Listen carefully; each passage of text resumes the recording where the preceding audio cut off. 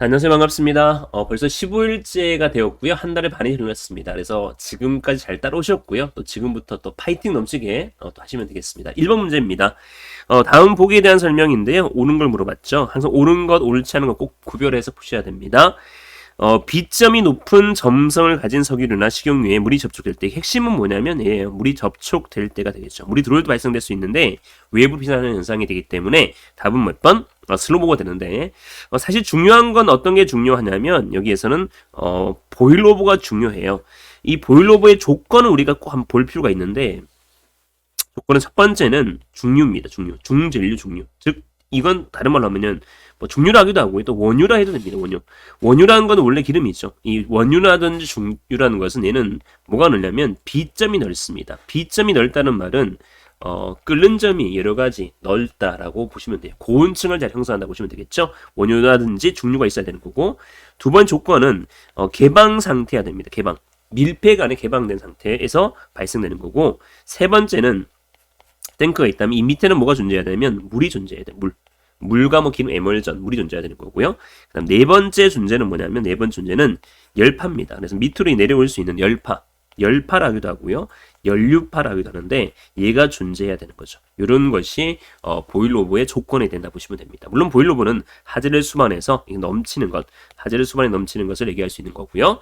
오일오버라는 것은 뭐냐면 얘는 개방이 아니라 밀폐되어 있고 기름이 몇 분의 몇 2분의 1 이하 있다 보시면 돼요. 물론 2분의 1 이하는 어떤 게 있냐? 2분의 1 이하는 우리가 좀 어려운 얘기지만 소화기 설치 기준에서 33 가제터가 있는데 노유자 시설의 그 투척용 소화기는 소화기 설치량이 2분의 1 이상 설치해야 된다고 나와 있고요. 또 2분의 1은 파면에도 2분의 1이 나와 있습니다. 그리고 얘도 2분의 1 되겠고요. 부분은 그냥 넘치는 거예요. 얘는 하재를 수반하지 않는다. 가장 위험하지 않다. 이런 것이 크로스오버를 할 수 있는 겁니다.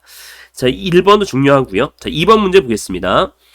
자, IG 뭐다? 땡땡땡이 되죠. IG는 얘는 불활성 기체가 됩니다. 첫 번째 땡땡땡이라면 질소가 되는 거고요. 얘는 아르곤이 되는 거고요. 얘는 이산화탄소가 되는 겁니다. 얘는 질소밖에 없겠죠. 그래서 N2밖에 없기 때문에 답은 몇 번? 2번이 된다라고 보시면 되겠습니다. 답은 몇 번? 2번이 됩니다. 꼭 기억해야 되겠죠? 순서를. 물론 잘 나오는 것은 뭐냐면 IG 541이 잘 나왔습니다. 질소가 52%, 아르곤이 40%, CO2가 8%가 되는 것이죠. 불활성 기체를 설명하기 위해서는 뭐 헬륨도 나오지만 여기선 질소, 아르곤, CO2가 존재한다는 점도 기억해야 됩니다. 또 불활성 기체만 물어볼 때는 질식 냉각이지만 할로겐 화합물 및 불활성 기체를 물어봤을 때는 전체 다 물어보기 때문에 냉각, 질식, 부촉매 될 수 있다는 점도 기억해야 됩니다. 자, 3번 전기화재에 대한 발생 원인인데 옳지 않은 겁니다. 전기화재는 가전류, 낙내, 절연, 합선이 되는데 일반적으로 합선이라는 것은 단락이라 할 수 있고요. 낙내는 벼락이죠. 전류가 가해서 나올 수 있는데 답은 몇 번? 절연입니다. 절연이 좋으면 피복, 전선 피복 같은 거예요. 절연이 좋으면 전류가 흐르지 않겠죠. 밖으로. 누설 전류 흐르지 않기 때문에 절연이 있는 건 좋은 거라 보시면 되겠습니다. 답은 3번이 되겠고요. 자, 4번 보겠습니다. 분진 폭발이 되는데요. 자, 이 분진 폭발의 중요한 걸 조금 볼게요. 분진 폭발은 중요한 점은 분진 폭발의 조건, 영향, 인자 이런 거죠. 그 다음에 분진 폭발에 대해서 얘는 화학적 폭발이고요. 화학적 폭발 중에 산화 폭발이 되는 겁니다. 또 분진 폭발은 일반적으로 가스 vs 분진 폭발에 대해서 두 개 비교할 수 있는 것도 나올 수 있는 거예요. 그래서 이 부분에 대해서 보면 조건은 가연성 상태, 공기 중에서 교방 운동, 점원 존재 뭐 이런 게 필요한 거죠. 그래서 수분 첫 번째 조건은 가연성, 미분 상태, 공기와 교방한 운동, 점원 존재 네 가지가 필요한 거고요. 그다음에 인자는 입도는 미세할수록입니다. 주 76 마이크로메타 이하가 됩니다. 그래서 입도가 작은 게 좋은 거고요. 입도가 똑같다라면 크기 그죠?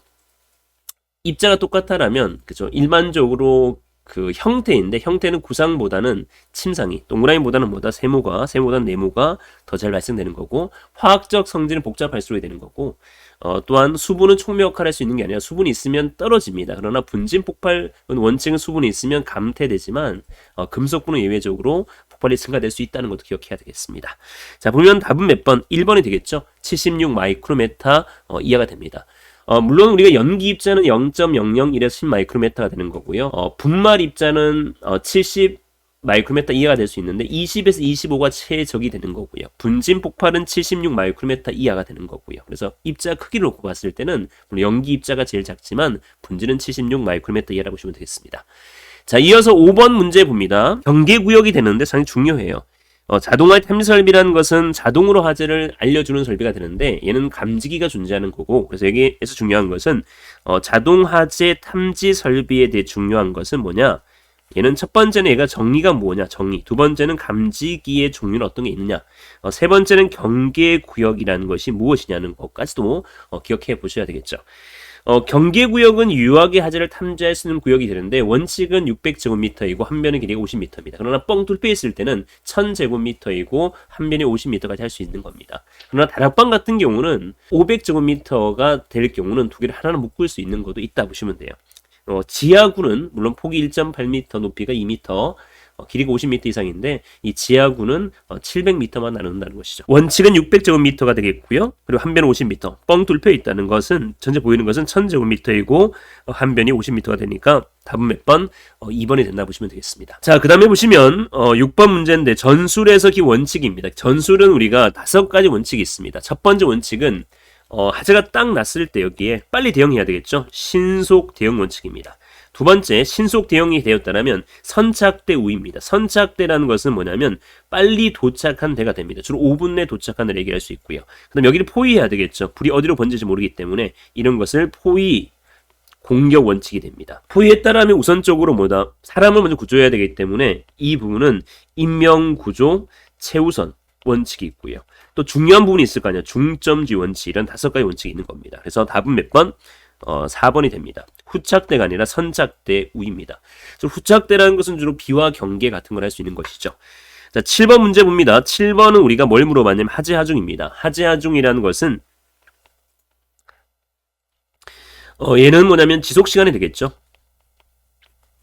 하재하중은 총 발열량이 됩니다. 하재하중을 구하는 방식은 목바, 그죠? 가발이 되겠죠. 그래서 일반적으로 보면 목재 단위 발열량은 얼마냐면 4,500이 됩니다. 곱하기 바닥 면적 얼마다? 가로 곱하기 세로가 바닥 면적이니까 20이 되겠죠. 20분의 x는 y 분자는 가연물 목재는 얼마다? 4,500 곱하기 얼마다? 200이 되겠죠. 200. 그래서 답은 얼마다? 답은 10이 된다라고 보시면 되겠습니다. 답은 몇 번? 1번 되겠죠. 자, 그 다음에 8번 보겠습니다. 피난 본능이 되는데 피난 본능에 대해 나와 있는데요. 피난 본능 우리 5가지 본능이 있습니다. 평상시 왔던 길로 가는 본능, 기수 본능. 그리고 하염의 반대 방향 도망가는 본능이 바로 뭐다? 태피 본능. 불이 띡 나면 반대 방향 도망가겠죠. 이게 태피 본능. 그 다음에 왔던 길로 가는 본능, 기소 본능이죠. 자, 그다음 세 번째 한 명이 따라 도망가는 본능이 추정 본능이라 할 수 있고요. 그 다음에 자회 본능도 있었고요. 자회. 왼쪽으로 돌리는 습관이 됩니다. 오른쪽이 많기 때문에. 마지막 5번째가 하재가 나면 어두워지기 때문에 밝은 쪽으로 지강 본능이라 5가지 본능이 있다 보시면 됩니다. 물론 이 본능보다 중요한 것은 피난 설비는 간단해야 된다. 두 번째, 고정시 설비를 해야 된다. 2개 방향 피난할 수 있어야 된다. 말단 안전해야 된다도 중요합니다. 그래서 답은 여기에서 몇 번? 4번이 됩니다. 자, 이어서 봅니다. 9번 문제인데요. 9번 문제는 연소 형태입니다. 고체 연소라는 것은 어떤 게 있냐 이런 거죠. 고체 연소라는 것은 첫 번째 보시면 일반적으로 고체 연소라는 것은 첫 번째 종이가 있죠. 종이가 있고 얘는 분해 연소죠. 얘는 자기 연소죠. 얘는 표면 연소죠. 얘는 표면 연소가 되기 때문에 답은 몇 번? 1번이 된다라고 보시면 됩니다.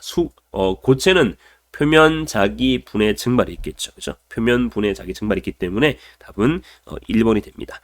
자, 10번 문제 봅니다. 로프법이 여러분은 좀 어려웠을 것 같은데. 자, 봅니다. 옳은 걸 물어봤습니다. 가장 폭넓게 쓰는 매듭은 팔자 매듭이 맞고요. 가장 강한 강도를 가진 매듭 팔자 매듭이 맞는데 얘는 뭐가 틀렸냐면 결합 매듭이 아닙니다. 얘는 뭐냐면 결절이 됩니다. 결합은 2가지 로프를 연결할 때 쓰는 매듭인데 이 결합 매듭 뭐가 있냐면 바름 매듭, 한겹 매듭, 두겹 매듭 이런 게 있어요. 얘는 팔자 매듭은 바로 뭐다? 얘는 결절입니다.